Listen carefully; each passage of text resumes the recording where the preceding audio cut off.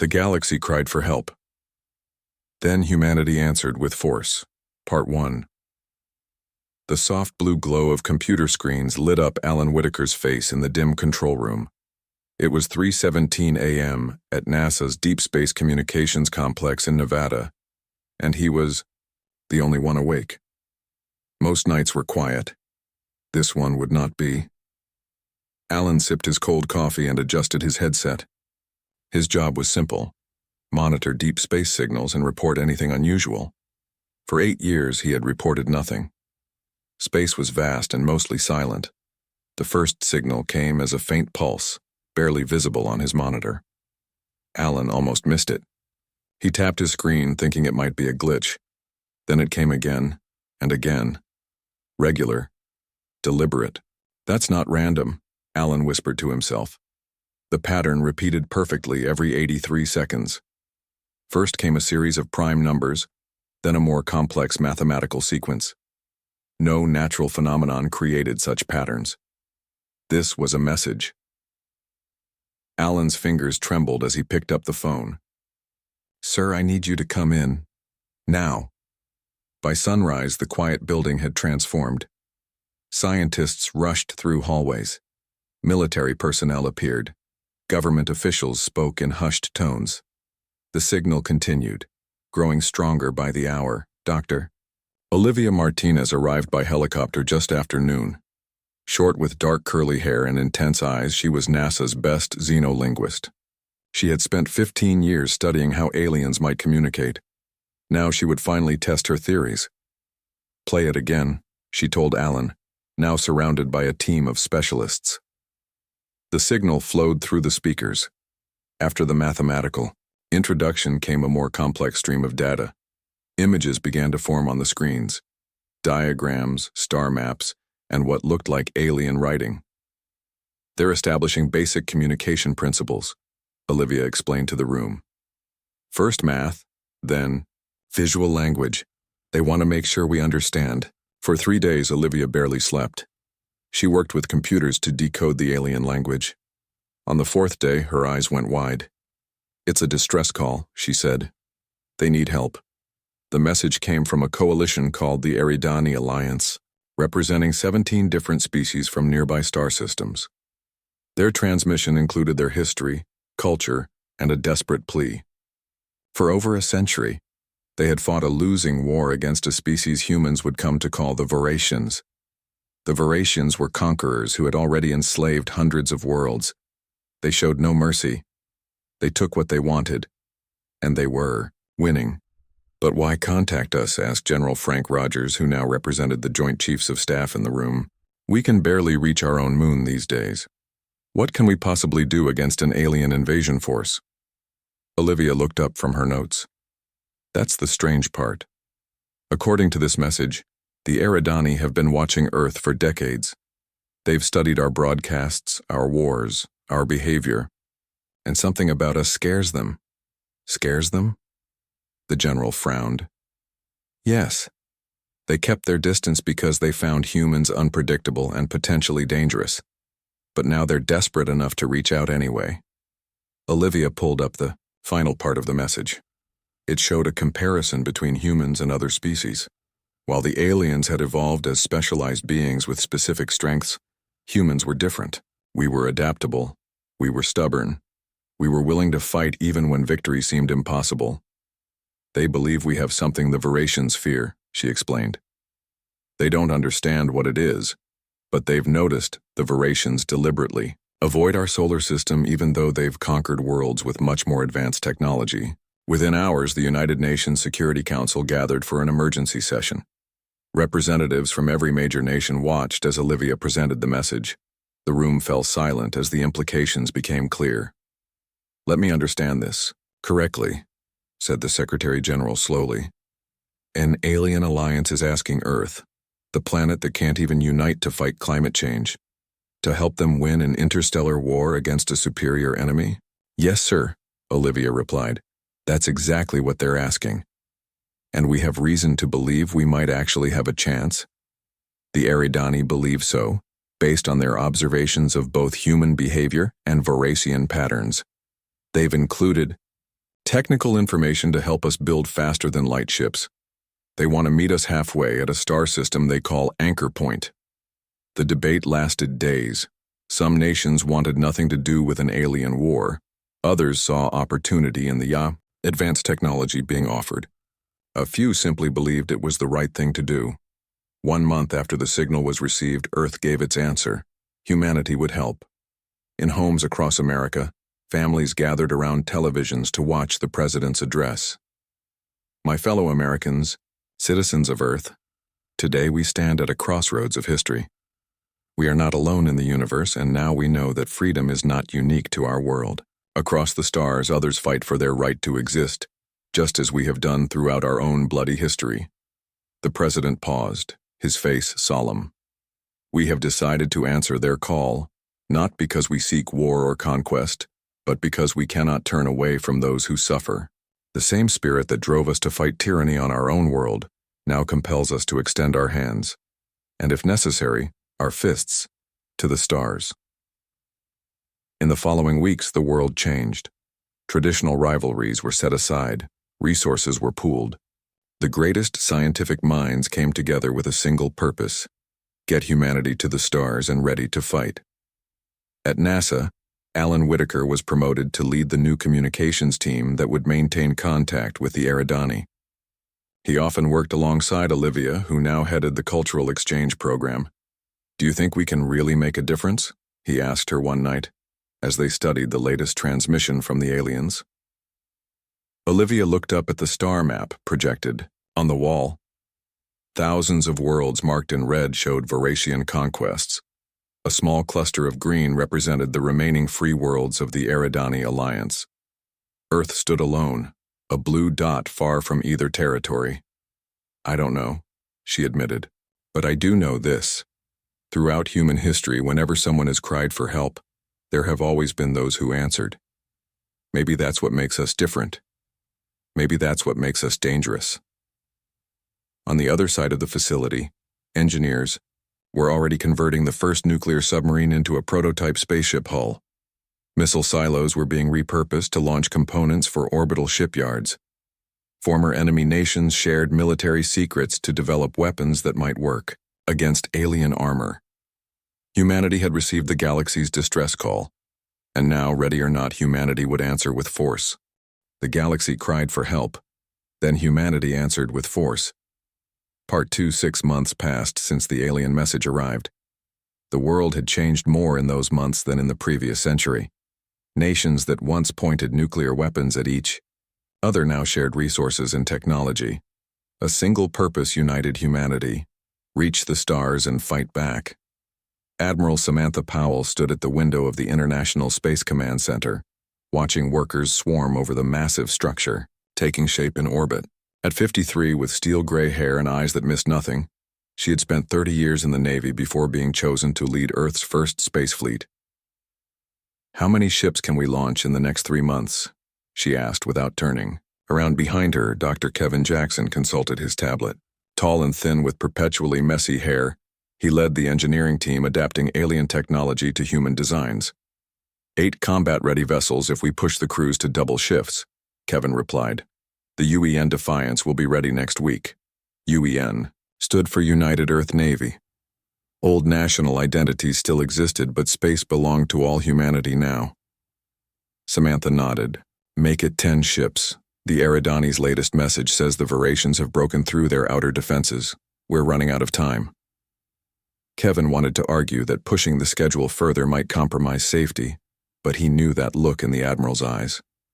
Instead, he simply nodded and left to inform his teams of the new deadline. Alone again, Samantha studied the massive ship that would soon become her flagship.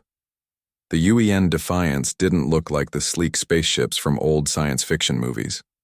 It was bulky and practical, built around a core of converted nuclear submarines welded together. Earth might be new to interstellar travel, but humans knew how to build warships. The next day, Samantha addressed the first group of space combat recruits at the Nevada training facility. 5,000 men and women stood at attention under the hot desert sun. They came from every nation, every background. Former enemies stood shoulder to shoulder. "At ease," she called out. The troops relaxed slightly but kept their eyes forward. "You've all been told why we're here," Samantha began, her voice carrying across the field. "An alien coalition called the Eridani Alliance has asked for our help against an enemy that threatens to enslave the galaxy. You might be wondering why us. We're new to space travel. We don't have their advanced technology. What makes them think we can make a difference?" She paused, looking across the sea of faces. "The Eridani have been watching humanity for decades. They've seen our wars, our struggles, our triumphs. And they noticed something important. We never quit. When pushed to the edge, humans don't surrender. We push back harder." Samantha paced across the platform. "The enemy we face, the Verations, have conquered countless worlds because those species followed predictable patterns. They surrendered when defeat seemed certain. But that's not how humans operate, is it?" "No, ma'am," the crowd responded in unison. "The Eridani believe there's something in our nature that terrifies the Verations. We don't know exactly what it is yet, but we're going to find out. And whatever it is, we're going to weaponize it." Training intensified over the following weeks. Soldiers learned to operate in zero gravity. Pilots practiced maneuvers in simulators based on Eridani data about Veration attack patterns. Scientists worked around the clock to understand the alien biology of their new enemies, searching for weaknesses. In orbit, the first ships took form. The UEN Defiance, nearly completed, stretched over half a kilometer long.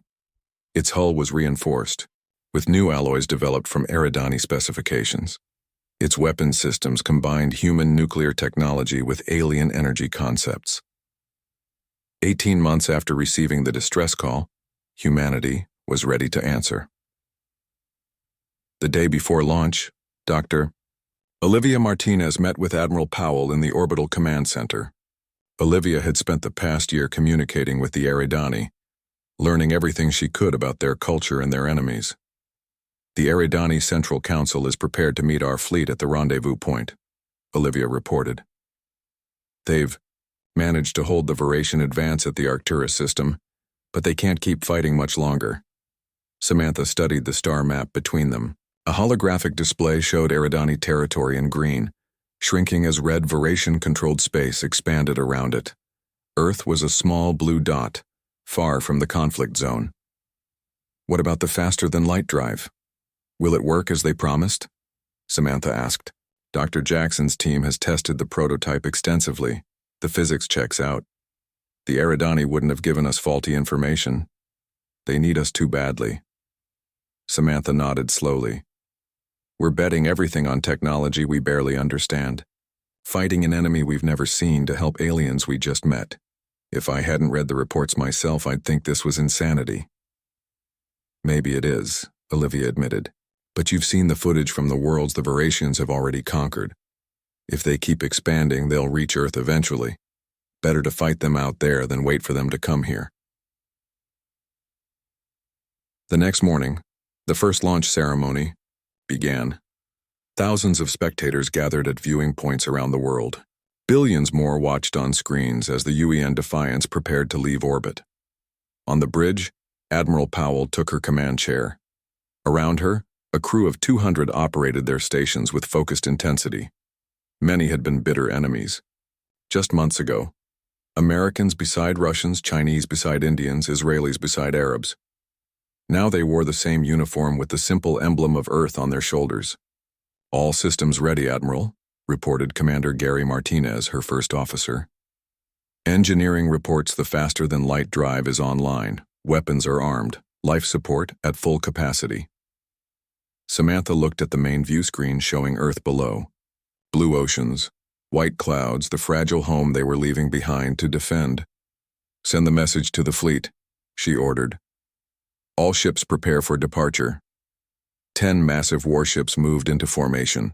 Besides the flagship Defiance, there was the Courage, the Vengeance, the Relentless, the Intrepid, the Fearless, the Justice, the Liberty, the Honor, and the Victory. Each carried over 1,000 soldiers and crew. "This is Admiral Powell to all vessels," she broadcast. "Today we carry humanity's flag to the stars for the first time. We go not as conquerors, but as defenders. Not just for Earth, but for all free beings in this galaxy. The enemy believes we will be easy to defeat. They believe we are too primitive, too divided, too weak. They're about to learn how wrong they are. She nodded to her navigation officer. Engage faster than light drives. Take us to war. The 10 ships of Earth's first space fleet accelerated, then vanished in flashes of brilliant blue light. Humanity had answered the galaxy's call for help. The Veracians were about to face something they had never encountered before. Humans who refused to lose. The galaxy cried for help. Then humanity answered with force. Part 3. The journey through faster-than-light travel felt like seconds to the crew, but 3 weeks passed in normal space. When the 10 ships of Earth's fleet emerged near the Eridani homeworld, they found themselves in the middle of a battle. Admiral Powell gripped her command chair as the viewscreen filled with chaos. Hundreds of ships fired at each other against the backdrop of a blue-green planet. The elegant curved vessels of the Eridani were outnumbered 3-1 by the angular spike-covered ships of the Veracians. "Status report," Samantha shouted, over the blaring alarms. "Shields holding at 80%, called out Lieutenant Susan Reeves from the defense station. "We emerged closer to the combat zone than expected." Commander Gary Martinez studied the tactical display. "The Eridani fleet is in retreat. Their orbital defenses are failing. From the communications we're intercepting, this appears to be the final assault on their homeworld." Samantha stood up, eyes fixed on the battle. "We arrived just in time. Then, broadcast on all frequencies, including the Eridani communication channels we were provided." A young communications officer nodded. "Channel open, Admiral." Samantha straightened her uniform. "This is Admiral Samantha Powell of the United Earth Navy. We stand with the Eridani Alliance. All Veracian forces are ordered to cease hostilities and withdraw immediately." The bridge crew held their breath. For several seconds there was no response. Then a harsh, clicking sound came through the speakers, followed by a mechanical translation. "Unknown vessels. Your primitive technology poses no threat. Depart or be destroyed with the rest of this worthless species." Samantha's expression hardened. "So much for diplomacy. Battle stations. All ships form defensive formation delta around." The Eridani command vessels. Weapons free, but prioritize protecting the Eridani civilians. The 10 Earth ships moved with surprising speed, accelerating toward the heart of the battle. The Veracian fleet, momentarily confused by the new arrivals, redirected some of their ships to intercept. "They're targeting the Defiance," reported Susan. 20 enemy vessels on approach. Their energy weapons are charging." "Evasive maneuvers," ordered Samantha calmly. "Let's show them what humans can do." What happened next stunned both alien forces.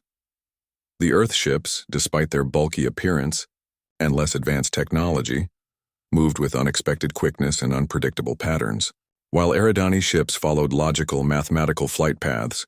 The human pilots relied on instinct and improvisation. The Veracians fired their energy weapons, expecting easy targets.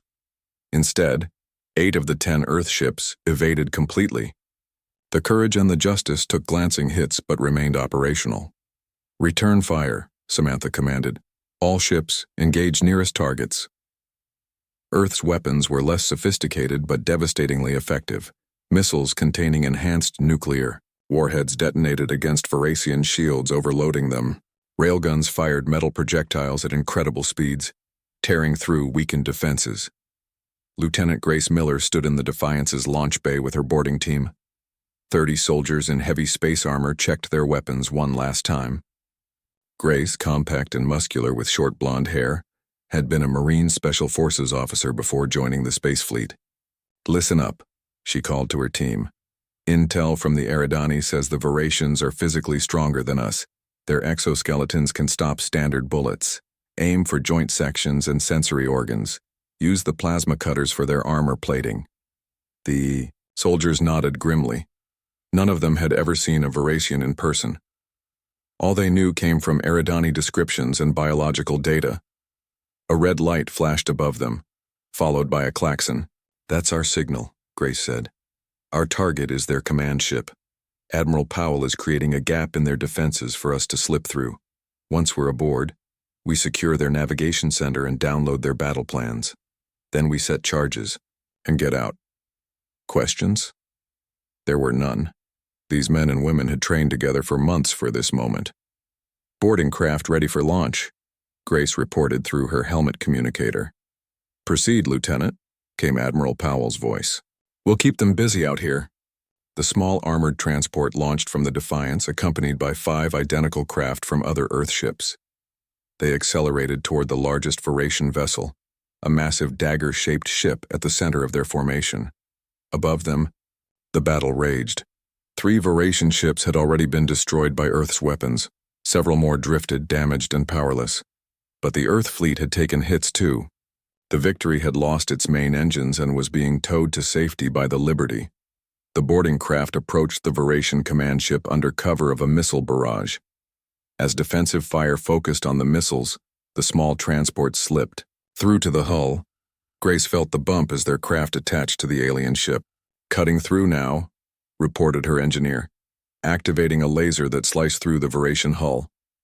Breaching in 3, 2, 1, the section of hull fell inward, and Grace led her team into the alien vessel.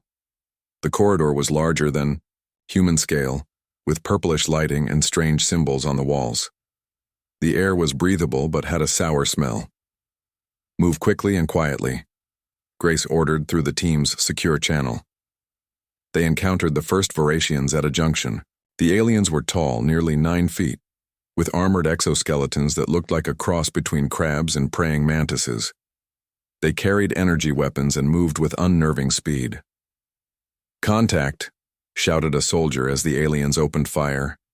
Energy, bolts sizzled past them.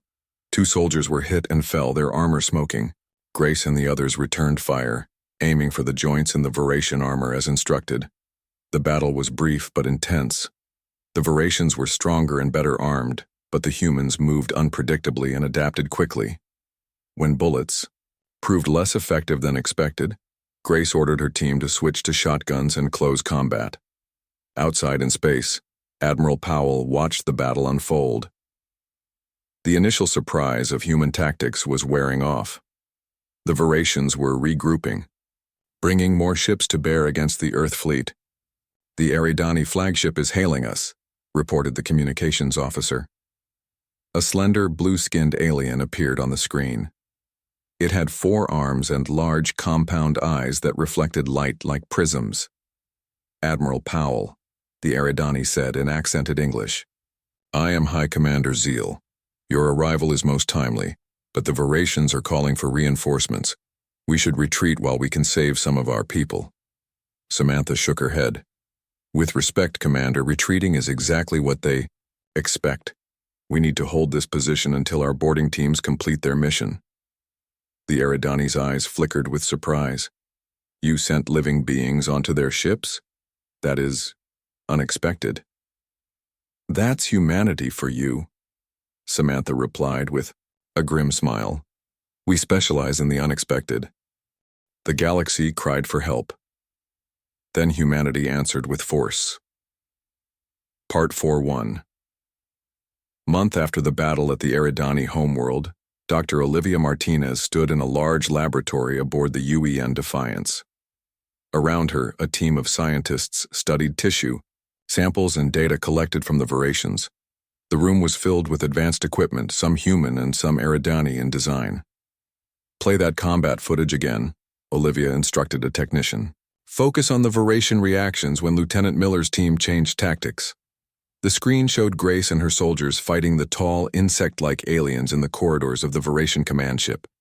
The crucial moment came when Grace ordered her team to switch from ranged weapons to close combat. The Varatians visibly hesitated, some even retreating despite their physical advantage. There, Olivia pointed. Freeze that frame. The screen paused on an image of a Varation warrior backing away from a human soldier who was charging forward despite being wounded. That's it, Olivia said quietly. That's what makes us different. Admiral Powell entered the lab with High Commander Zeal of the Eridani.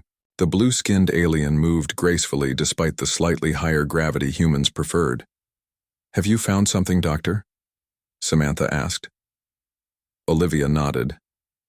I believe I've identified our advantage. It's not one thing. It's several related factors that make humans unique in this galactic community. She gestured to various displays around the lab. First, our biology. Most intelligent species evolved as specialized herd animals or hive minds. The Eridani evolved from peaceful cooperative gatherers. The Veracians evolved from pack hunters with rigid hierarchies. But humans evolved as adaptable omnivores with strong individual survival instincts. Zeal's compound eyes reflected the light as he examined the data. This explains much about your unpredictable behavior. Second, Olivia continued, our pain response and endurance. Both the Eridani and Veracians have biological shutdown mechanisms when faced with significant damage or overwhelming stress. It's a survival adaptation to preserve the group by sacrificing damaged individuals. And humans don't have this? Samantha asked. No, we keep fighting long past the point where other species would give up. We can override pain, ignore injuries, and push our bodies beyond normal limits when survival is at stake. Olivia pointed to brain scans comparing the three species. Finally, there's our psychological makeup. We're simultaneously the most cooperative and most competitive species. We can work together in large groups while maintaining individual initiative. When the Veracians encountered Lieutenant Miller's team changing tactics in the middle of battle, it confused their rigid command structure. Zeal made a soft humming sound, the Eridani equivalent of thoughtful consideration. You are saying that humans are terrifying to them? Exactly, Olivia agreed. While the Veracians are physically stronger, and the Eridani more technologically advanced in some areas, humans possess something unique. We're the galaxy's apex generalists. We adapt, improvise, and overcome in ways other species find almost impossible to predict. 2 days later, Admiral Powell called a war council with the Eridani leadership and her own officers.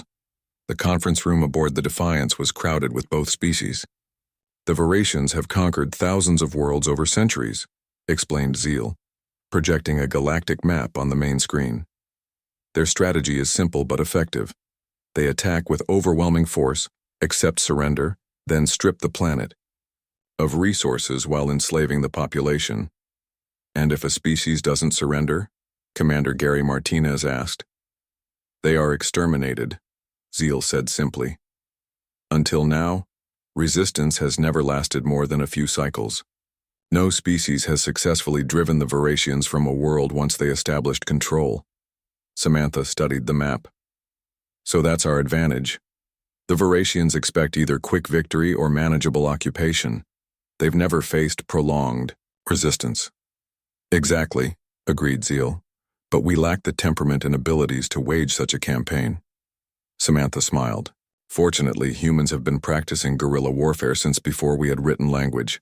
She turned to Grace Miller, now promoted to Major after the successful boarding mission. Major, I'm putting you in charge of Operation Wildfire. Grace straightened in her chair. What are the parameters, Admiral? You'll lead small teams to Veracian-occupied worlds. Train the local resistance. Arm them. Show them how to make occupation too costly for the Veracians to maintain. The plan was, bold but dangerous.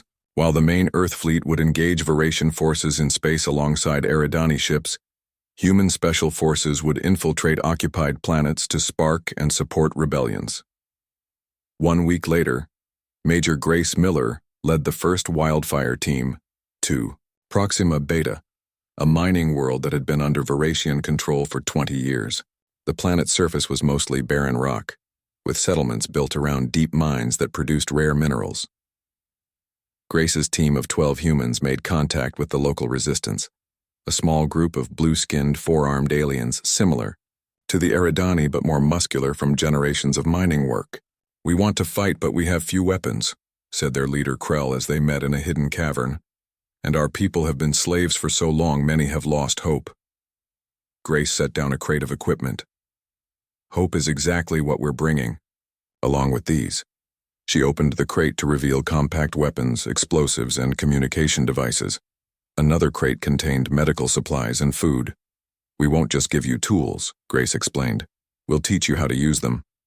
How? To strike where the enemy is weak and vanish before they can respond. How to communicate secretly and build your forces. Krell looked doubtful. The Varatians are too strong. Their warriors are twice our size. Grace smiled. Size isn't everything. On Earth we have a saying. The bigger they are, the harder they fall. Over the next month, Grace's team trained the locals in sabotage, ambush tactics, and improvised weapons. They started small, disrupting supply lines, damaging mining equipment, and intercepting communications. The Varatian response was predictable. They increased security at major facilities, but couldn't patrol the thousands of tunnels that honeycombed the planet. They executed hostages to intimidate the population, but this only increased support for the resistance. Similar operations were unfolding on dozens of worlds. Major Eric Daniels led a team on Vega Prime, a lush agricultural planet where the locals had been reduced to harvesting food they couldn't eat themselves.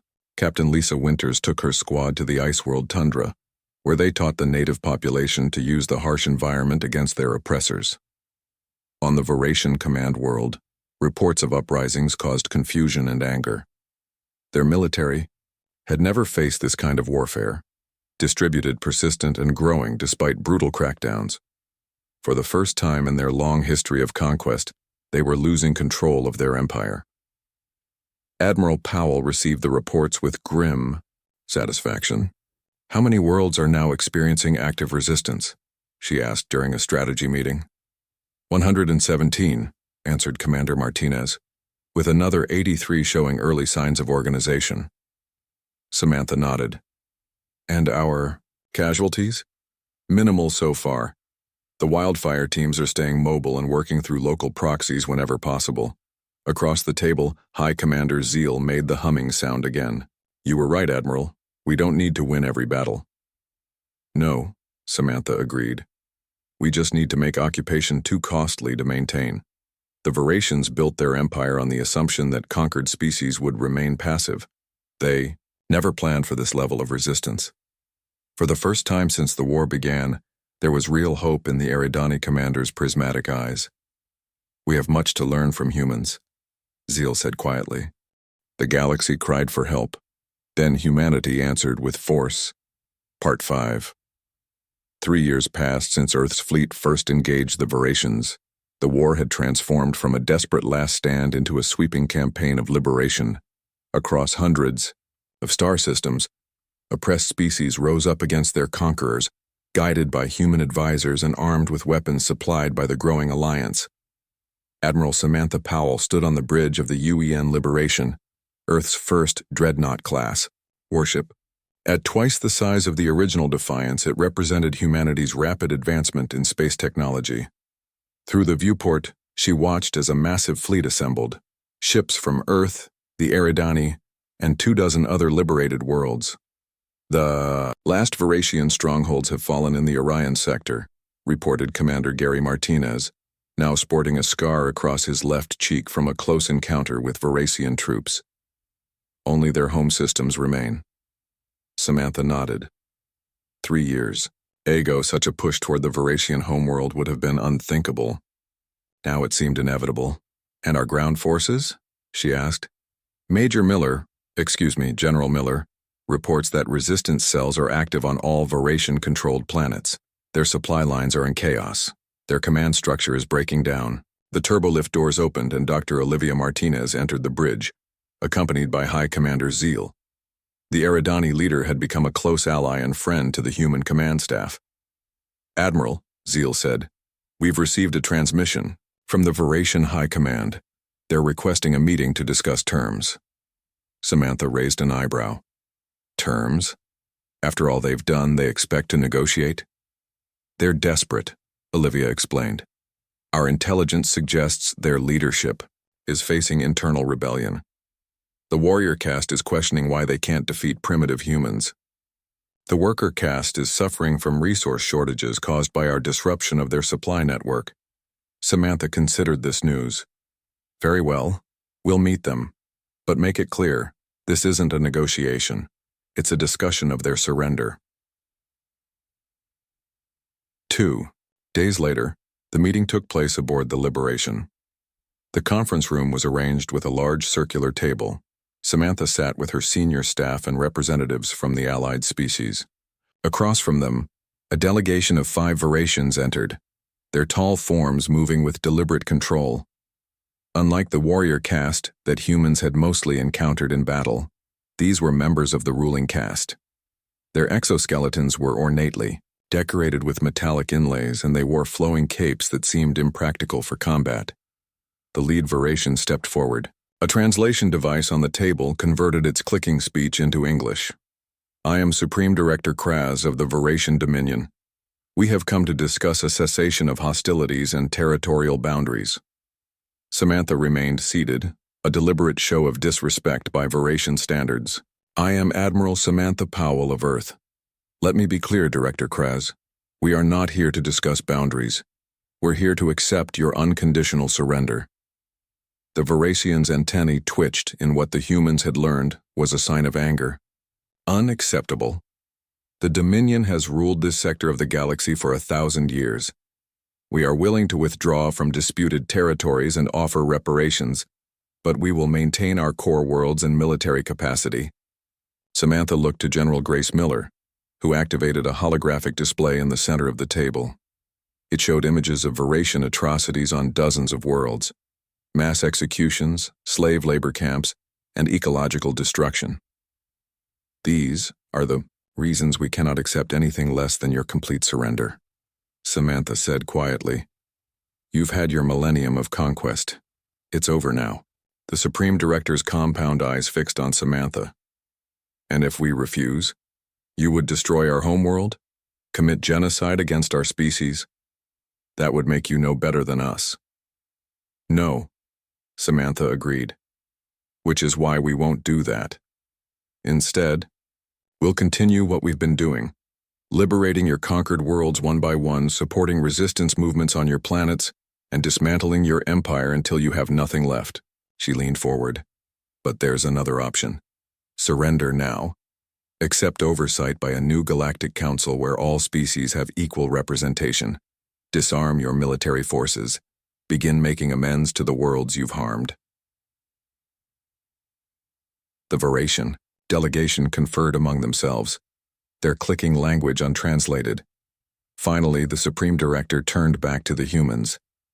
"How can we trust that you won't seek revenge once we are defenseless?" It was High Commander Zeal who answered. "Because they are not like you, not like us either. In the 3 years I have fought alongside humans, I have seen them show mercy even to enemies who deserved none. It is perhaps their most surprising quality." 2 weeks later, on the plains outside the Veracian capital city, the formal surrender ceremony took place. Thousands of Veracian warriors laid down their weapons before representatives of the Alliance. Supreme Director Kraz signed the treaty that ended 1,000 years of Veracian dominance and established the Galactic Council. As the ceremony concluded, Dr. Olivia Martinez stood with Admiral Powell and General Miller, watching the historic moment. "When we received that first distress signal, did you ever imagine it would end like this?" Olivia asked. Samantha shook her head. "Not in my wildest dreams. We just wanted to help.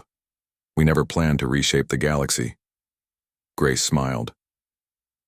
"That's humanity for you. We never do anything halfway." 6 months later, Earth welcomed delegates from 50 different species for the first full session of the Galactic Council. The United Nations headquarters in New York had been expanded to accommodate visitors with widely varying biological needs, different atmospheres, gravities, and temperatures. Alan Whitaker, the technician who had first detected the Eridani distress call 4 years earlier, now served as Earth's liaison to alien visitors. He stood at the entrance greeting delegates as they arrived. "It's amazing how much has changed," he said to Olivia, who was preparing to address the council about cultural exchange programs. 4 years ago, we thought we were alone in the universe." Olivia watched as a group of Eridani diplomats chatted with representatives from formerly Veracian-controlled worlds. "We were never alone. We just hadn't been introduced yet." Inside the Grand Chamber, Admiral Powell, now serving as Earth's representative to the Council, took her place at the circular table. Around her sat beings from across the galaxy, former enemies now working together. As the session began, a delegate from a small world that had suffered under Narration rule for centuries rose to speak. The translator conveyed her words to the human audience.